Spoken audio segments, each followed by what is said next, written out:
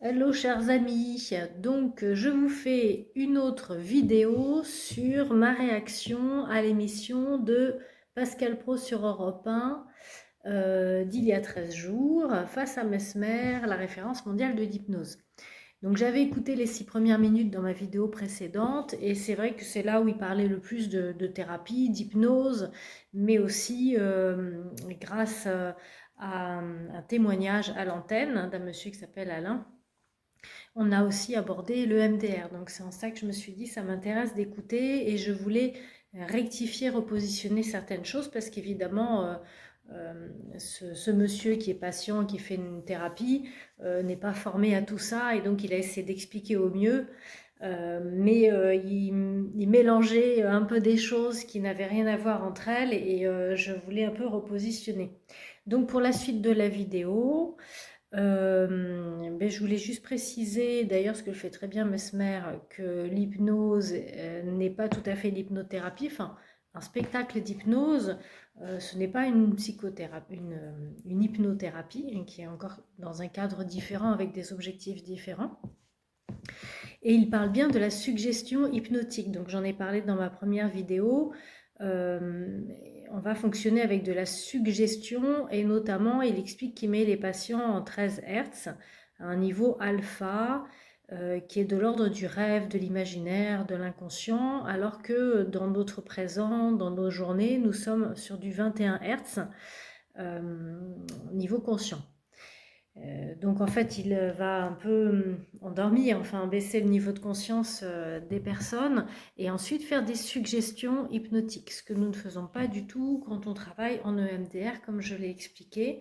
On laisse le cerveau reprocesser. Donc vraiment, l'organe sait ce qu'il a à faire. Alors je dis volontairement l'organe, puisque ça, on le sait pour les autres parties du corps. C'est-à-dire que là, tous nos organes, tout ce qui est la vie, je dirais, a un programme d'auto-réparation. Si je suis, je sais pas, je vais me couper la peau, je n'ai pas besoin de partir en fac de médecine pour apprendre comment mes cellules vont se réparer, comment ma peau va se réparer. En fait, c'est génial. Ma peau a son programme, mon corps a son programme d'auto-réparation. Il sait direct ce qu'il a à faire et il va faire ce qu'il a à faire, ce pourquoi il a été programmé. Et mon cerveau, c'est l'ordinateur de bord de tout le système, en sachant que nous avons aussi des ordinateurs décentralisés, puisque nous avons par exemple beaucoup de neurones dans les intestins. Nous avons autant de neurones dans les intestins qu'un cerveau d'animal de compagnie, c'est-à-dire un cerveau de chat ou un cerveau de chien. Alors là, on a effectivement beaucoup plus de neurones que dans les intestins, mais a priori, nous aurions des neurones dans un peu chaque organe.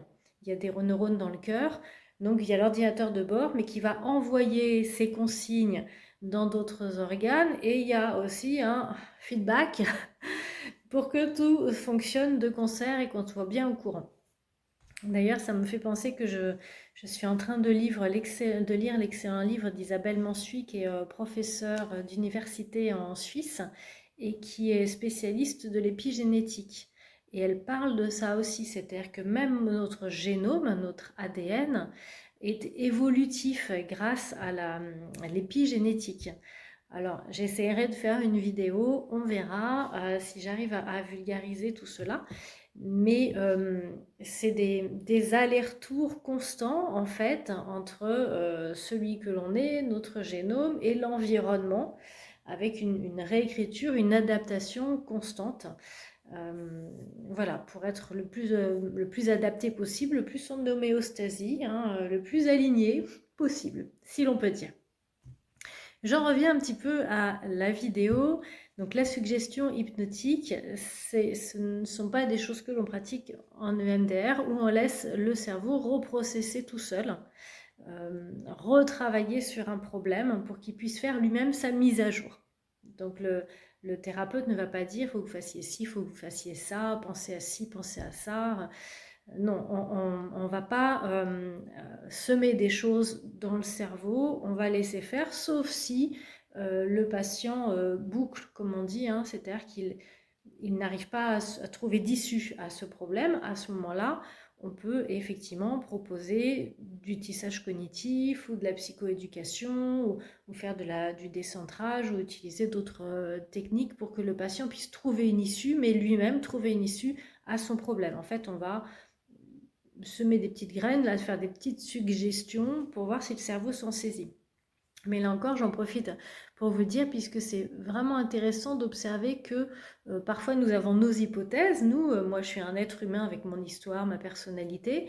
Et parfois je me dis, tiens, bah voilà, la personne, j'ai l'impression qu'elle va se réparer comme ça, ou elle va se saisir de ça pour trouver une issue, pour changer d'angle de vue sur son trauma initial.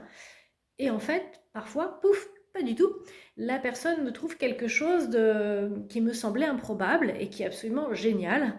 Parce que du fait de son histoire, de son expérience, de sa personnalité, cette personne va trouver elle-même, va, comment dire, aller puiser dans d'autres expériences plus actuelles ou plus récentes pour aller faire ce fameux tissage cognitif et aller, on parlait de biofeedback en fait, un petit peu de feedback, pour aller retravailler le souvenir qui était plus ancien. C'est en ça que c'est intéressant d'avoir l'expérience d'après, puisqu'on a toute une foule de compétences et d'expériences, et le trauma ancien, peut-être on n'avait pas cette expérience, oui, quand on avait 5 ans, 10 ans, mais le fait de le retravailler aujourd'hui, il va aller piocher des choses pour réécrire quelque chose de plus adapté et qui n'est plus traumatique. Alors ensuite, ce qui est vraiment intéressant, c'est que Pascal Praud demande à Mesmer, mais est-ce que c'est dangereux les spectacles d'hypnose? Et il dit non, et Pascal Praud dit mais si on a un problème psychiatrique, psychologique, et à ce moment-là, Mesmer dit parfois, si les personnes sont sous antidépresseurs, comme ça change la chimie du cerveau, ils vont peut-être rentrer dans un état second profondément. C'est intéressant de voir effectivement que quand on modifie la chimie du cerveau, ça n'est pas anodin. Et voilà, juste pour noter ça qui me semblait intéressant. Alors, ce qui est intéressant aussi, j'en profite, en fait, c'est un petit peu un support pour vous parler. Il parle aussi du libre arbitre. Il dit non, ça n'est pas dangereux parce qu'en fait, on ne peut pas faire tout et n'importe quoi à quelqu'un. C'est-à-dire, je ne peux pas mettre une personne sous hypnose et lui dire d'aller tuer une autre personne parce que même sous hypnose, la personne conserve son libre arbitre. Et oui, le libre arbitre. Alors, il paraît que, je vous dis ça parce que je ne suis pas allée vérifier de moi-même, mais que Dieu, quand il a créé, alors bon, si on est croyant ou pas, quand il a créé toutes les espèces, les végétaux, les animaux, les humains sur Terre, il a dit, bon, qui veut le libre arbitre? Et l'humain a dit, ok. Et donc, nous sommes les seuls de la création à avoir le libre arbitre. Donc, faisons-en bon usage et en restant alignés avec nos valeurs d'amour, de respect, de bienveillance, de ne pas blesser son prochain, etc. Donc c'est vraiment intéressant de voir que même quand on descend de 21 Hz à 13 Hz et qu'on est dans un état modifié de conscience, on conserve son libre arbitre. Génial. Donc voilà, ça peut parler aussi. Je suis en train de faire le lien avec les phobies d'impulsion. Les personnes qui souffrent de phobies d'impulsion, ne vous inquiétez pas, quoi qu'il arrive, vous conservez votre libre arbitre. Voilà, d'ailleurs, il donne un exemple. Il dit, quand vous faites un cauchemar qui est terrible, qui est horrible, bien finalement, le cerveau, le libre arbitre va faire en sorte que vous vous réveillez. On ne va pas rester dedans. Et c'est vrai. On conserve son libre arbitre même sous hypnose, même dans un état modifié de conscience. Donc ça m'intéresse aussi parce que je me suis fait la réflexion de les personnes qui cherchent un petit peu à, comment dire, qui vont parler des faux souvenirs. Alors, vrai et pas vrai. C'est-à-dire que malheureusement, dans certains cas de procès, quand il y a des victimes qui ont des levées d'amnésie traumatique et qui se souviennent de certains abus sexuels, c'est très perturbant ces levées d'amnésie traumatique parce que les traumas graves comme ça, précoces, importants, vont générer des dissociations péritraumatiques qui font que parfois les souvenirs sont complètement, c'est pas oubliés, mais en fait ils sont relégués dans une partie du cerveau qui n'est pas accessible. Et ces souvenirs peuvent revenir à la conscience, soit quand l'abuseur décède, soit quand j'ai un enfant, soit quand mon enfant a l'âge que moi j'avais quand j'ai subi des abus. Donc ça peut être 30 ans, 40 ans après. Et évidemment, quand il y a des dépôts de plainte, l'auteur n'est pas content ou la famille de l'auteur n'est pas content. Donc, dans certains cas, on va dire oui, mais enfin, le psy a induit des faux souvenirs dans l'esprit de son patient. Et alors, il y a eu des expériences qui ont démontré qu'on pouvait, mais on va, comment dire, créer du narratif. C'est-à-dire qu'on peut faire croire à une personne qu'elle était à une soirée et qu'elle a discuté avec certaines personnes alors que ces personnes-là n'étaient pas là. Parce qu'à force de se le raconter, etc., ça rentre dans du narratif. Mais on reste dans le cerveau cognitif, dans le cerveau périphérique. Le trauma, lui, il est dans l'amygdale, qui est au cœur du cerveau archaïque, au cœur du cerveau limbique. Donc on ne peut pas aller générer des émotions, des sensations dans le corps avec du narratif. Ça n'est pas possible. Donc c'est en ça que c'est intéressant, cette histoire de faire agir, vous voyez, des gens sous hypnose. On ne peut pas parce que la personne garde son libre arbitre. Ça m'a fait penser à cette histoire des faux souvenirs. On ne peut pas générer une émotion traumatique. Voilà, c'est ça. On ne peut pas générer une émotion, une sensation traumatique. Ça n'est pas possible. On peut générer du narratif, oui. On se raconte une histoire et on y croit. Comme ce qui se passe avec, je ne sais pas, les propagandes de guerre, la manipulation par les médias, la fausse information, etc. De créer un trauma par le narratif. Je ne pense pas que ce soit possible.